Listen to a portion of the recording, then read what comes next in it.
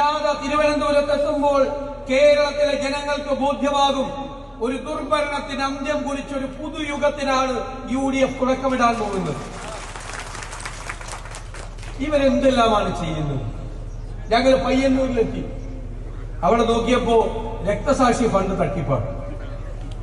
CPM ഇപ്പോൾ രക്തസാക്ഷി ഉണ്ടാകുന്നത് ലോട്ടറി അടിക്കുന്ന പോലെ. കാരണം അവന്റെ പേരിൽ ഫണ്ട് പിരിച്ചു മാറ്റാം. അവിടെ അത് ചൂണ്ടിക്കാണിച്ച ഉത്തമനായ ഒരു കമ്മ്യൂണിസ്റ്റ് പാർട്ടിയിൽ നിന്ന് പുറത്താക്കി. ഞങ്ങൾ അത്ഭുതപ്പെട്ടു. ശബരിമലയിൽ അയ്യപ്പന്റെ സ്വർണം കവർന്നതിന് 3 CPM നേതാക്കൾ ജയിലിൽ കിടക്കാം. അങ്ങനെ കട്ട അയ്യപ്പന്റെ സ്വർണം കട്ട 3 പേർക്കെതിരായി 3 നേതാക്കന്മാർക്കെതിരായി ഒരു നടപടിയെടുത്തില്ല.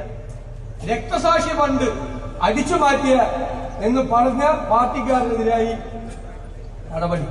എന്തൊരു വൈരുദ്ധ്യമാണ്! എനിക്ക് ഇപ്പോഴാണ് മനസ്സിലായത് കമ്മ്യൂണിസ്റ്റ് പാർട്ടിയുടെ വൈരുദ്ധ്യാത്മക ഭൗതികവാദം എന്ന് പറഞ്ഞ ഇതാണ്.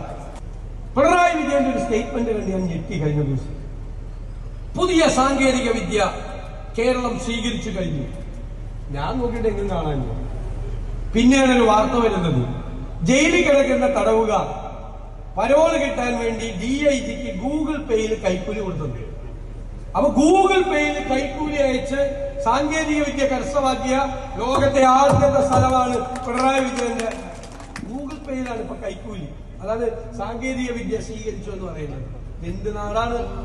എങ്ങനെയായി ക്രിമിനലുകളും ഗുണ്ടകളും മയക്കുമരുന്നും മാഫിയയും അഴിഞ്ഞാടുന്ന കേരളം! ആ കേരളത്തെ നമുക്ക് രക്ഷിക്കണം. കേരളം ഇനി പിന്നോട്ട് നടക്കില്ല. നിങ്ങളോടുള്ള വാക്ക. കേരളം ഇനി മുന്നോട്ട് കുതിക്കും.